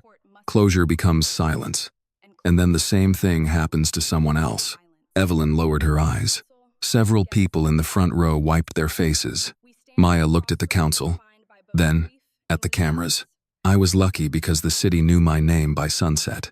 Denise, Marcus, and Samuel were not lucky. Their stories were renamed before anyone could hear them. She paused. My mother once told me justice is not a spotlight. It is a structure. Yesterday, I learned what happens when the wrong people own the structure. Chair Ellis sat back, visibly shaken. Naomi gently slid the damaged graduation cap closer to Maya. Maya rested her hand beside it but did not pick it up. I am not asking this city to feel sorry for me, Maya said. I am asking it to read its own records. Truth had finally found a microphone. The council chamber did not recover quickly after Maya finished. For a long moment, no one reached for a microphone. No one shuffled papers. Even the cameras seemed quieter, their red lights glowing like small witnesses along the walls. Chair Margaret Ellis looked down at the documents before her, then at the damaged graduation cap on the table. We will take a 10-minute recess. Her gavel struck once. The room exhaled. People stood slowly, not with the relief of a break, but with the burden of what they now knew. Older residents leaned toward one another in low voices. A man in a Vietnam veteran cap wiped his glasses with a handkerchief. A retired schoolteacher from Eastwood touched Maya's shoulder as she passed and said only, "You did good, baby." Then she caught herself. "I'm sorry, young lady." Maya gave her a tired smile. "It's all right." Across the chamber, Chief Gaines spoke urgently to Lieutenant Polk. Mercer sat alone, staring at the table as if the wood might offer him a way out. Daniel Cruz remained near the aisle, hands folded, eyes forward. He looked exhausted but lighter somehow, like a man who had finally put down a weight he should never have carried. Evelyn came to Maya's side. This time, Maya stood and let her mother hold her, only for a few seconds, long enough to remember they were family, short enough to remember the room was still watching. "I'm proud of you," Evelyn whispered. Maya answered quietly, "I'm not done. I know." Naomi Reed joined them with the calm of someone who had survived many rooms where truth arrived late. "The vote will not be clean." Maya looked toward the council table. "You think they'll hesitate?" "I think some of them will be afraid of the police union, the next election, the evening news, and their own reflection." Evelyn nodded. "Fear is very organized in government." At the front row, Samuel Price had arrived with Denise Carter and Marcus Hill. Samuel used his cane, but he moved with dignity, not fragility. Denise still wore her nurse's jacket over street clothes. Marcus had come straight from work. His delivery uniform creased from the day. Maya walked to them. Samuel looked at her notebook tucked under her arm. You used the names well. I used the truth you gave me. Denise took Maya's hands gently and saw the marks on her wrists. They fade slow. Maya nodded. I'm learning that. Marcus looked toward the police table. Some marks don't show at all. The recess ended. Everyone returned to their seats. Chair Ellis called the hearing back to order. Her voice had changed. It was still formal, but beneath the formality was something firmer than procedure. This council has heard testimony, reviewed preliminary documentation, and received evidence suggesting misconduct beyond a single incident, she said. We will now consider emergency actions. Chief Gaines leaned forward. Madam Chair, I strongly advise against acting on incomplete information. Evelyn rose from the front row. The information is incomplete because your department made it that way. Gaines turned toward her. Mayor Williams, with respect. No, Evelyn said. Respect would have been verification before detention. Respect would have been honest reports. Respect would have been preserving complaints instead of burying them under polite language. Chair Ellis allowed it. No one objected. Councilman Hayes lifted his microphone. Madam Mayor, what are you asking this council to do? Evelyn stepped to the podium. She did not bring notes. I am asking for an emergency suspension of all officers named in the preliminary review pending independent investigation. I am asking for immediate removal of Chief Howard Gaines from command authority. I am asking for outside oversight from the State Attorney General's office. And I am asking this council to authorize a full restructuring of the Brookhaven Police Department. The room stirred. Councilwoman Linda Park, a former accountant in her 50s, frowned. A full restructuring? Yes, Evelyn said. Not a new slogan. Not one training seminar. Not a press release. A structural rebuild. Gaines stood. This is political retaliation. Maya looked at him from the witness table. Against whom? The records? A few people murmured approval. Chair Ellis struck the gavel lightly. Order. Naomi leaned toward her microphone. Madam Chair, for clarity. No one is suggesting every officer in Brookhaven committed misconduct, but a department that protects misconduct becomes unsafe for honest officers and citizens alike. Daniel Cruz lowered his eyes. Councilman Hayes looked at Daniel. Officer Cruz, would honest officers be harmed by independent review? Daniel stood. His voice was quiet. No, sir. Honest officers need it. That sentence changed the room more than any speech could have. Chair Ellis turned to the public. Before the vote, I will allow 3 brief public comments. Denise Carter went first. She did not dramatize her story. She simply told the council she had worn hospital scrubs, carried hospital ID, and still spent hours explaining why she had parked her car while tired. I went home without charges, she said, but I also went home understanding that innocence had not protected me. I was just released from the inconvenience of proving it. Marcus Hill spoke next. I lost 2 weeks of pay because a rich family did not want their son embarrassed. No one beat me. No one shouted on camera. That made it easier for the city to ignore. Samuel Price stood last. He placed both hands on his cane. I worked records 32 years. I know what paper can do. A false line in a file is not small. It follows a person into jobs, loans, courtrooms, and memory. You want to restore trust? Stop letting lies wear uniforms. The chamber was silent when he sat down. Chair Ellis called for the vote. One by one, council members gave their answers. Yes, yes, yes. Councilman Peter Lang hesitated. He was known as cautious, which in Brookhaven often meant waiting until risk had chosen a side. He looked at Gaines, then at Maya, then at the cap on the table. Yes, he said at last. The motion passed unanimously. For a second, nobody reacted. The decision seemed too large to fit inside the room. Then the sound came. Not applause exactly, but release. A deep wave of breath. Murmured prayers. Hands pressed together. Heads bowed. Some clapped. Some cried quietly. Some simply sat still, as if justice moving at all was something they needed time to believe. Chair Ellis read the emergency orders into the record. Chief Howard Gaines was relieved of command pending investigation. Lieutenant Brad Mercer, Lieutenant Carla Polk, Officer Elliot Vance, and all named personnel connected to altered complaint reviews were suspended pending independent inquiry. The council authorized outside oversight, public release of traffic stop data, preservation of all body camera files, and creation of a civilian review board with subpoena power.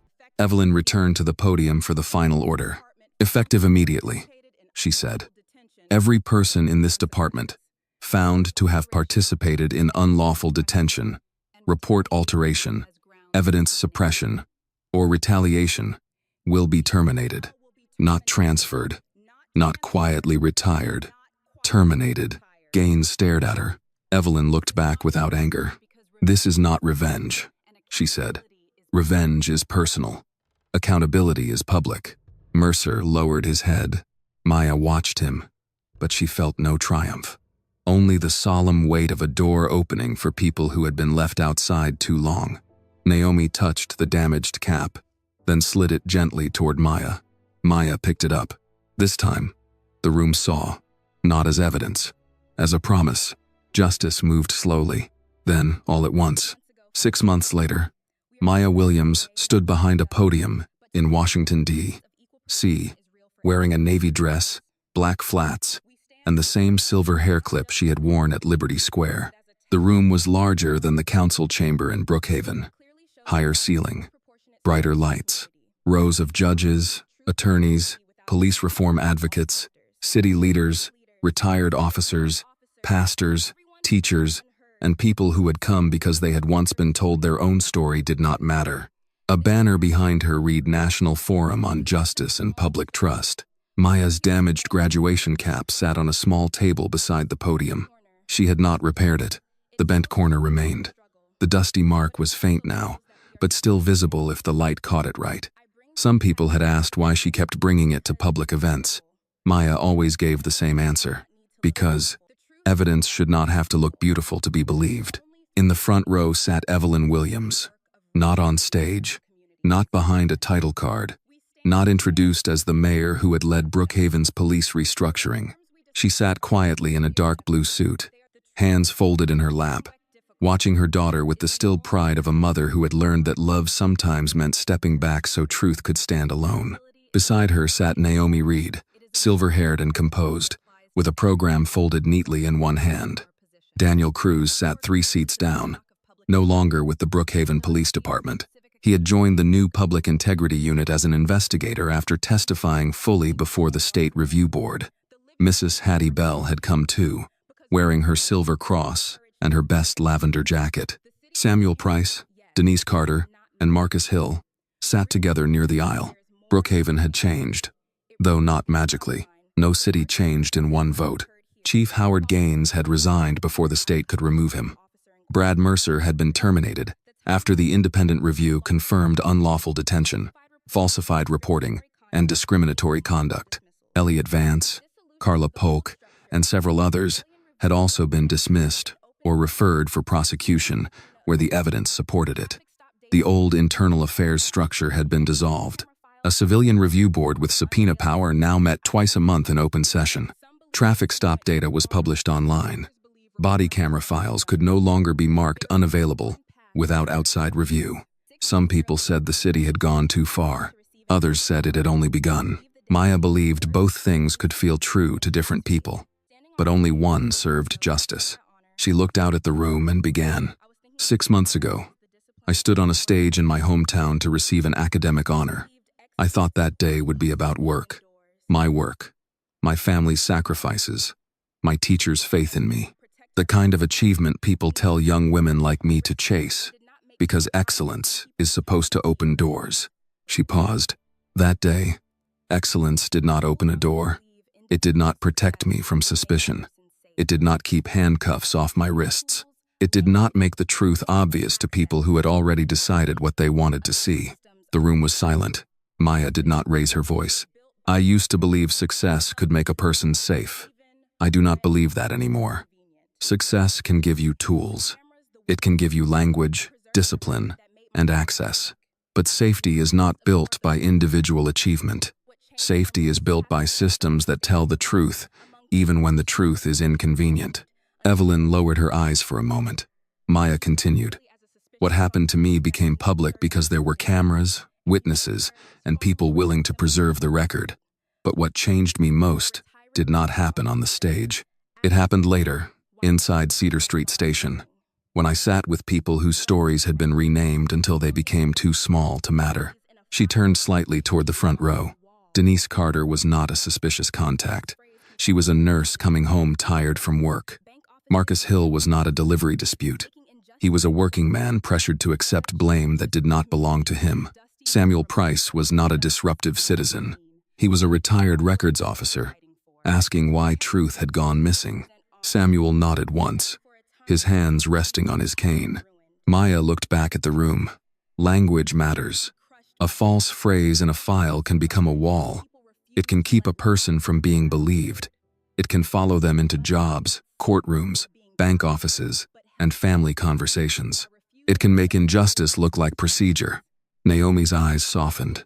Maya touched the edge of the cap beside her. This cap was supposed to represent honor. For a while, I thought it had been ruined, but I understand it differently now. It reminds me that dignity is not something another person can crush by disrespecting it. Dignity survives when people refuse to let lies have the last word. A murmur of agreement moved through the room. My mother did not save me by being powerful.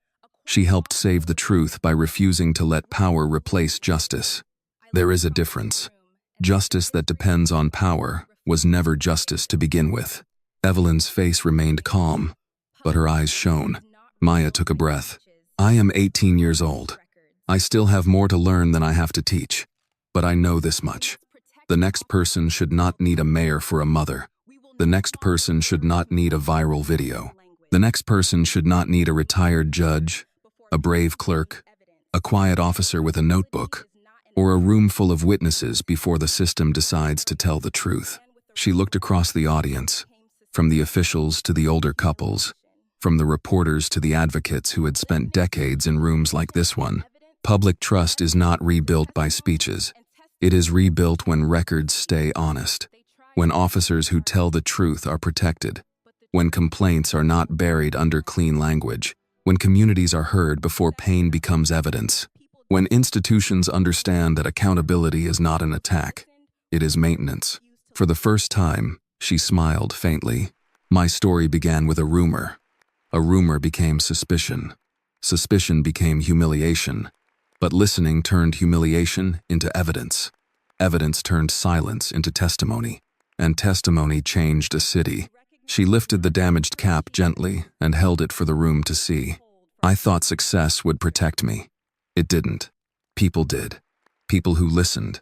People who remembered. People who refused to look away. The room stood before she finished lowering the cap. The applause came slowly at first, then fully. Not like celebration, but like recognition. Evelyn stood with everyone else.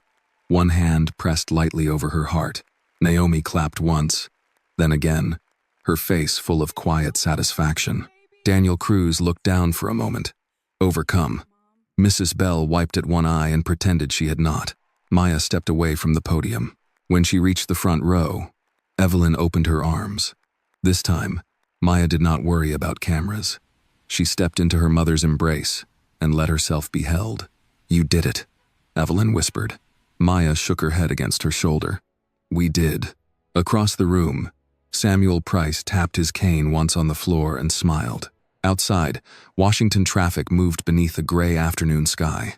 People hurried past with coffee cups, briefcases, and winter coats, unaware that inside one building, a young woman from Brookhaven had just turned a damaged cap into a promise. The promise was simple. Truth might arrive late, but when enough people carried it together, it could still arrive. The story reminds us that injustice often begins with an assumption, but it survives only when people stay silent. Maya's courage shows that dignity is not given by titles, wealth, or public praise. It is protected by truth, memory, and the willingness to stand up when something is wrong. The deeper lesson is that justice should never depend on power, status, or who your family is. A fair system must protect every person with the same care, especially those whose voices have been ignored for too long. Thank you for staying with this story until the very end. If it touched your heart, I would truly love to hear your thoughts on the storytelling, the emotional pacing, or whatever stayed with you after listening. Every comment you share helps make the next stories more honest, moving, and meaningful. And if you have a powerful or meaningful story of your own, please do not hesitate to send it to the channel. It may become the next story to touch and inspire thousands of others. This video is a work of fiction created with the assistance of artificial intelligence. All characters, events, and situations are not real and do not represent any actual people or true stories. The content is intended for storytelling and emotional illustration only.